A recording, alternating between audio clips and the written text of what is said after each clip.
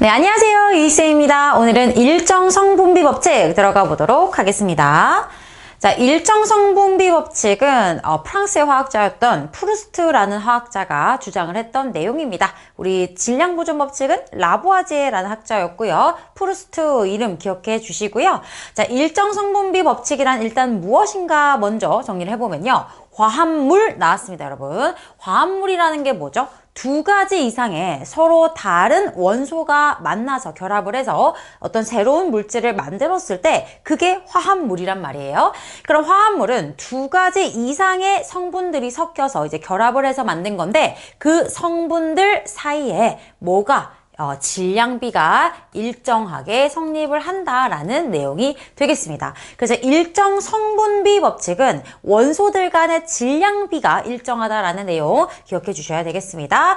입자수비랑 달라요. 입자수비가 아니라 질량비다라는 거 다시 한번 기억해 주셔야 되겠습니다. 자, 성립하는 까닭이란 무엇인가? 이제 화합물을 생성하는 그 원자들 사이에 개수비가 일정하기 때문에 당연히 질량비도 일정하게 되는 거거든요. 일단은 정리해 볼게요. 자, 화합물 생성하는 이 원자들 간의 개수비가 어때요? 일정하기 때문에 질량비도 일정하게 나올 수밖에 없다라는 내용이 되겠습니다. 자, 무슨 말이냐면요. 우리 물 분자를 만들 때 물은 이제 분자식 H2O여서요. 산소 원자에 수소가 이렇게 두 개가 붙잖아요. 근데 만약에 수소가 좀 남아가지고 여기다가 하나 더 붙일까? 수소 아까우니까 여기다 하나 더 붙여. 이런 일은 절대 일어나지 않는다라는 겁니다. 하나의 화합물을 만들 때 이 원소들 사이의 개수비가 언제나 일정하게 유지가 되기 때문에 이들의 질량비를 계산을 했을 때에도 일정할 수밖에 없다라는 내용이 되는 겁니다. 자, 그래서 또 가보면요. 일정성분비 법칙은 화합물, 즉 화학 변화를 통해서 생성된 화합물에서 성립하지만 혼합물에서는 물리변화, 혼합물 섞어놓은 거에서 성립하지 않는다라는 내용이 되겠는데요. 자, 왜 그러냐면 예를 들어서 물과 설탕을 섞는다고 해볼게요. 그럼 물과 설탕이 언제나 똑같은 비율로 섞는 건 아니잖아. 그냥 내가 설탕을 많이 넣으면 더 진한 혼합물이 되는 거잖아요. 그러니까 이거는 그냥 우리가 어떻게 용액을 만드느냐에 따라서 달라질 수가 있다는 거예요. 그런데 이 물이라는 화합물 자체에는 수소와 산소의 개수비가 일정하기 때문에 질량비도 같이 일정하게 유지가 될 수밖에 없다라는 내용이 되겠습니다. 자, 그럼 하나씩 살펴보도록 할게요. 자, 물 H2O죠.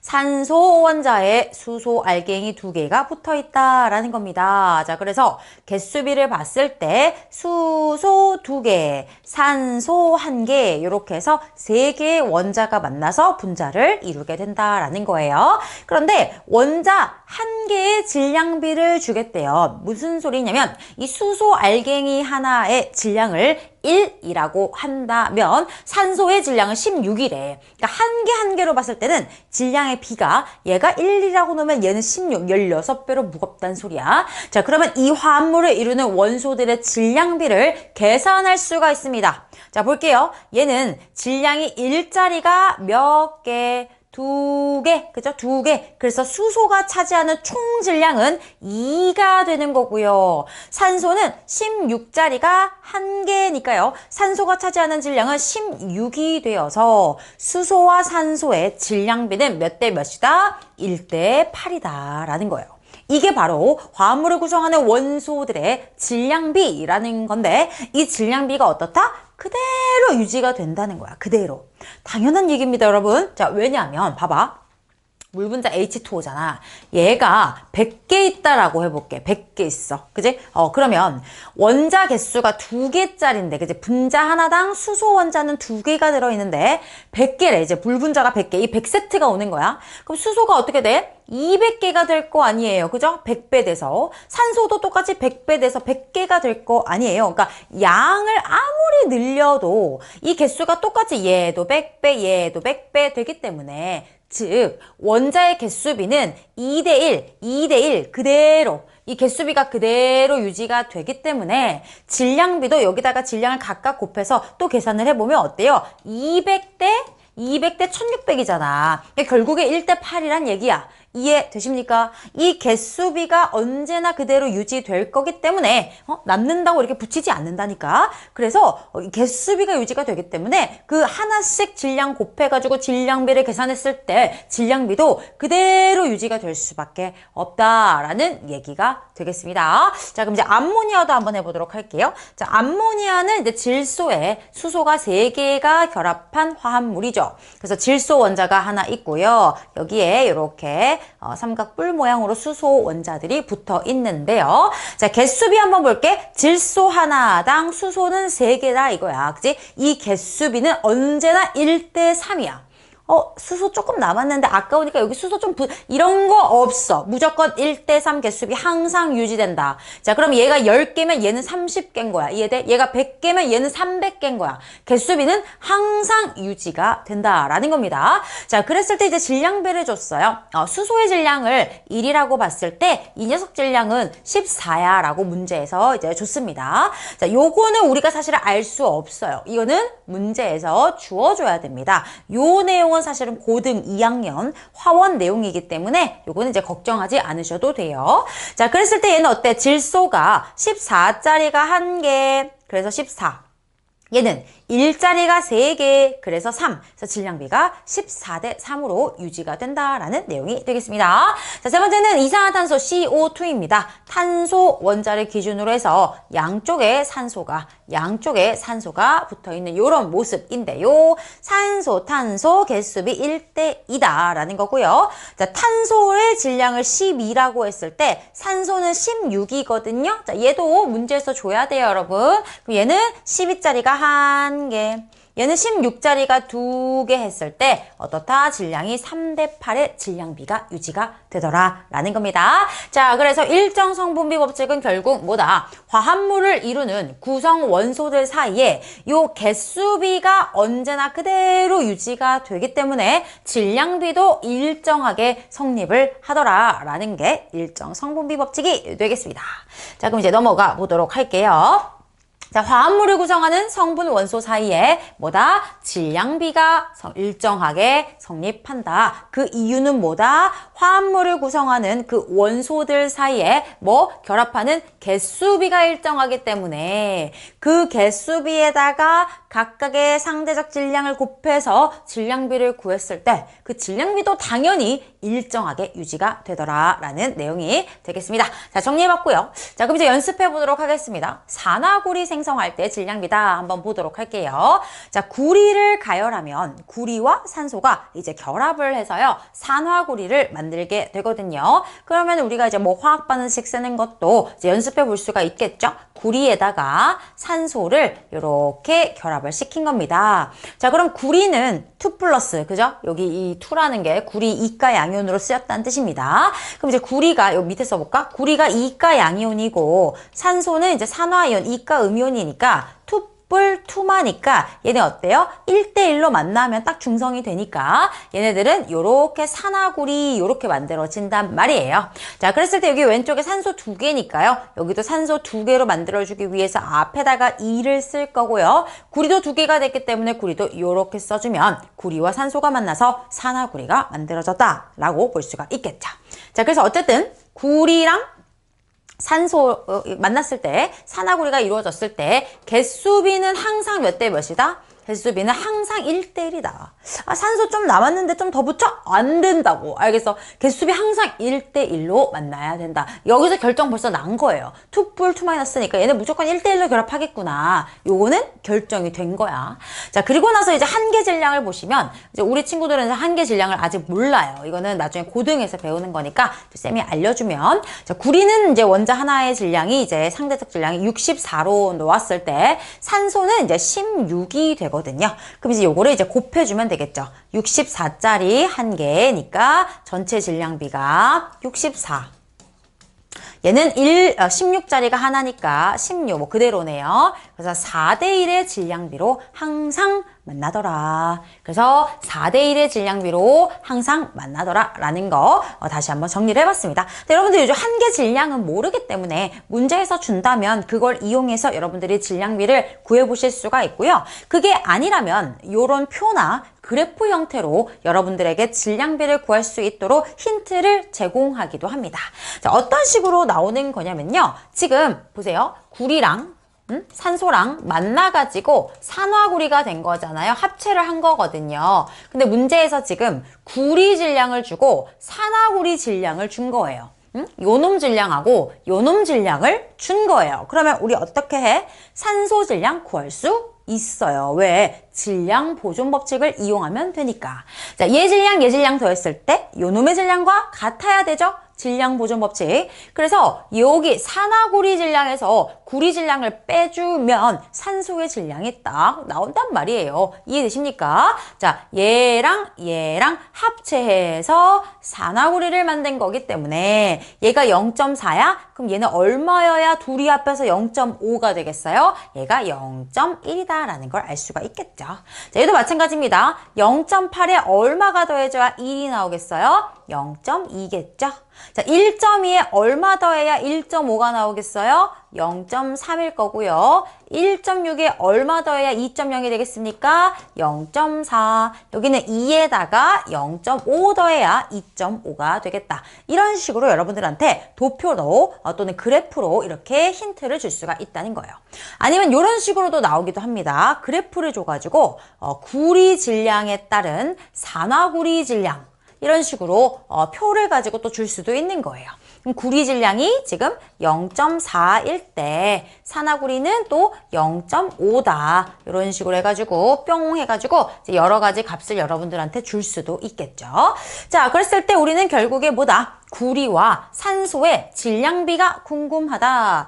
0.4 대 0.1, 4대 1, 0.8, 0.2, 4대 1, 4대 1, 맞죠? 계속 4대 1이더라.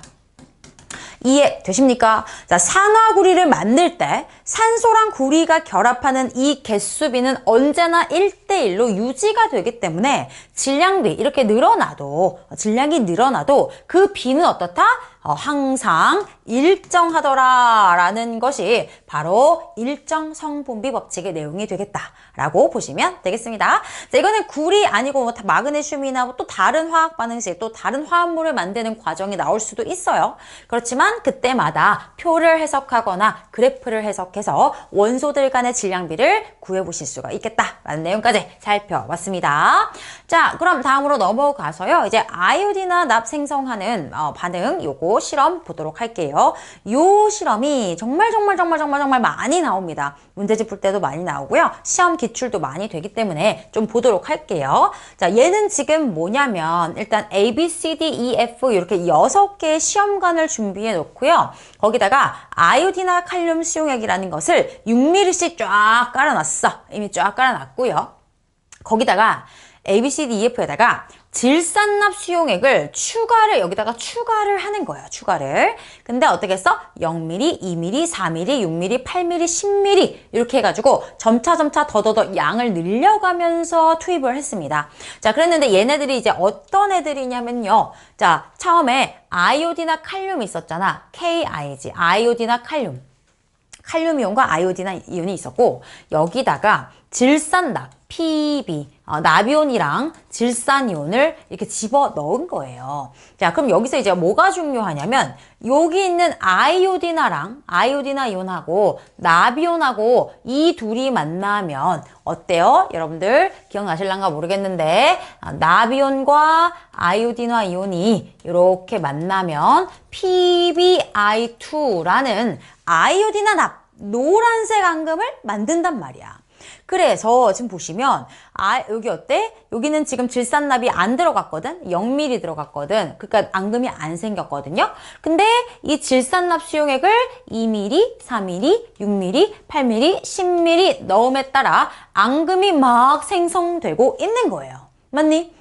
근데 얘를 막 넣어주니까 우리가 나비온을 막 넣어주니까 요 안에 들어있던 아이오디나 이온이랑 만나가지고 앙금이 생성되는 거예요. 맞아? 처음에 아이오디나 칼륨을 쫙 깔아놨잖아. 여기 지금 아이오디나 이온이 다 들어있었던 거야. 그지? 아이오디나 이온 다 들어있었는데 여기다가 나비온을 막 넣으니까 그지? 질산납 나비온을 막 넣으니까 만나면서 앙금이 생겼다는 거예요. 그런데 앙금이 쭉쭉쭉쭉쭉 생기다가 어느 순간 앙금의 높이가 높아지지를 않았어. 더 이상 생성되지 않았다는 거야. 이거 자체가 일정 성분비 법칙을 보여주는 거예요. 이거를 넣는 족족 계속해서 반응이 일어나는 게 아니라 더 이상 반응이 일어나지 않고 멈췄다라는 것은 얘와 얘가 어떠한 일정한 개수비 또는 질량비를 따라서 반응을 한다라는 것을 의미합니다. 이미 여기서 반응이 멈춘 거예요. 왜? 왜 멈췄을까? 얘네들이 일정한 개수비, 일정한 질량비로 반응을 해서 다 끝났기 때문에 요 안에 들어있던 아이오디나 이온을 다 썼기 때문에 더 이상 그때부터는 반응이 일어날 수 없었던 거예요. 이해되세요? 자, 그럼 봅시다. 처음에 6ml씩을 넣었거든요. 그리고 0부터 쭉쭉쭉 늘렸더니 앙금량이 늘어났어요. 그런데 이 6ml 때부터 더 이상 앙금이 더 이상 늘어나지 않았거든요. 그럼 여기서부터 반응이 멈췄다는 거고, 즉 이 내가 넣어준 질산납 수용액 6ml를 넣었을 때 반응이 완전히 완결됐다는 거예요. 이해돼? 자, 용액에는 처음에 얘만 들어있었어. 그치? 6ml 넣어놨으니까. 거기에 질산납을 조금 넣었는데, 그치? 처음에 여기 6ml만큼 이제 아요디나 있었는데, 거기다가 질산납 수용액을 조금 넣었다가, 6ml까지 넣은 순간부터 이제 더 이상 반응이 멈췄다는 것은, 얘 6ml 넣었을 때 정확하게 얘네가 전부 다 반응해서, 반응 완전히 완결돼가지고, 최대치로 앙금을 만들었다라는 지금 상황이 되는 겁니다. 이해되세요? 그래서 그러면 얘 6ml에 딱 6ml 넣으면 완전히 반응하는구나. 이것들이 지금 부피비가 부피비 1대1, 그지? 6ml에 6ml니까 부피비를 1대1로 넣어주면 반응이 완결되는구나 라는 걸 알 수 있다는 거예요. 그럼 만약에 처음에 아이오디나 칼륨을 6ml가 아니라 10ml로 시작을 했었더라면 어때요? 질산납 수용에도 똑같이 10ml를 넣었을 때부터 반응이 멈췄을 거야. 왜? 부피비 1대1로 반응한다라는 걸 확인했으니까요. 이해되세요? 이렇게? 이렇게. 그래서 우리가 1대1의 부피비로 반응하는구나 라는 걸 알 수가 있었고요. 자, 그리고 또 하나. 자, E랑 F에서는 이제 더 이상 앙금이 생성되지 않았단 말이에요. 어떤 이온이 부족해서일까? 라는 거 생각을 해보자는 거예요. 자, 처음에 뭐가 있었어? 처음에 아이오디나 칼륨 수용액을 다 쫙 깔아놨었잖아요. 그쵸? 그러니까 수용액 속에 이미 아이오디나 이온이 들어있는 상태야. 다 아이오디나 이온이 들어있었던 상태인 거죠? 쌤, 근데 칼륨은 왜 얘기 안 해요? 칼륨은 볼 필요가 없잖아. 왜냐면 이 앙금 만드는 것은 나비온하고 아이오디나 이온이 만나는 거기 때문에 우리는 이 둘만 추적하면 돼요. 처음에 아이오디나 칼륨 수용액 쫙 깔렸어. 아이오디나 이온이 싹 깔려 있었는데 여기에 이제 어떻게 한 거야? 나비온을 조금씩 넣기 시작을 한 거죠. 그죠? 이렇게 나비온이 들어갑니다. 자, 나비온이 들어가서 앙금 만들었고, 여기서 딱 완결됐지. 그러니까 여기 요 안에는 요 D 6ml 넣었을 때 여기에는 둘 다 없어. 완전히 다 쓴 거야. 완전히 다 쓴 거. 그러면 6ml를 넣었을 때 다 썼다면 2ml, 4ml만큼만 넣었을 때는 나비온이 조금만 들어간 거지. 나비온이 조금만 들어갔기 때문에 여기에는 누가 남아있는 거야? 아이오디나 이온을 다 쓰지 못하고 남아있는 거지. 6ml 넣었을 때 다 쓴 거니까 4ml, 2ml 넣었을 때는 아이오디나 이온 아직 남아있단 말이야. 그지? 6ml 때 다 썼단 말이야. 자, 그 다음에 어떻게 내가 나비온을 계속 넣었어. 나비온을 계속 넣었단 말이야. 그러니까 여기 E랑 F에는 지금 어때? 나비온이 둥실둥실 떠서 남아있는 거야. 아이오디나 이온은 아까 6ml 때 다 썼기 때문에 그 다음부터는 얘만 둥둥 떠다니는 거야. 그래서 E랑 F 지점에서는 얘가 없어서, 아이오디나 이온이 없어서 앙금이 생기지 않았다. 그래서 아이오디나 이온을 넣어주면 어떻게 앙금이 더 만들어진다라는 거예요. 그럼 여기 보세요. 얘 6ml에 6ml 넣어야 완결되는 거잖아. 그럼 여기다가는 우리가 질산납을 8ml를 넣었잖아. 그럼 여기에 아이오디나 칼륨 수용액을 집어넣는다면 여기는 몇 미리 넣어주면 돼? 2미리 더 넣어주면 8미리, 8미리 되면서 반응이 완결되겠죠. 이해되세요? 여기는 10미리니까, 그죠? 어때요? 아이오딘과 칼륨도 총 10미리가 들어가야 되는데, 처음에 이제 6미리씩 쭉 깔았었던 거잖아요. 그러니까 추가로 4미리를 추가해주면 두 수용액이 똑같이 10미리, 10미리가 되면서 반응이 완결될 것이다. 라는 것까지 여러분들 생각해 보실 수가 있겠습니다. 자, 그래서 이 앙금이 생성되는 이 반응에서 여러분들한테 뭐 화학 반응식을 써보라고 요구한다거나 뭐 질량비를 구하라거나 여기까지는 아마 갈 수가 없을 거예요. 하지만 여기서 두 수용액이 만났을 때 농도 같을 때 얘기입니다. 부피비가 1대 1일 때 앙금이 최대로 생성된다라는 거, 그리고 어느 시험관에는 어떤 이온이 남아있고 또 어떤 이온을 추가로 넣어줬을 때 앙금이 더 생길 수 있는지에 대해서 여러분들이 분석하시는 연습이 필요하다라는 내용까지 전달 드리도록 하겠습니다. 자, 이렇게 해서 우리가 오늘은 일정 성분비 법칙 공부해 봤고요. 쌤이랑도 다음 영상에서 다시 만나도록 하겠습니다. 고생하셨습니다.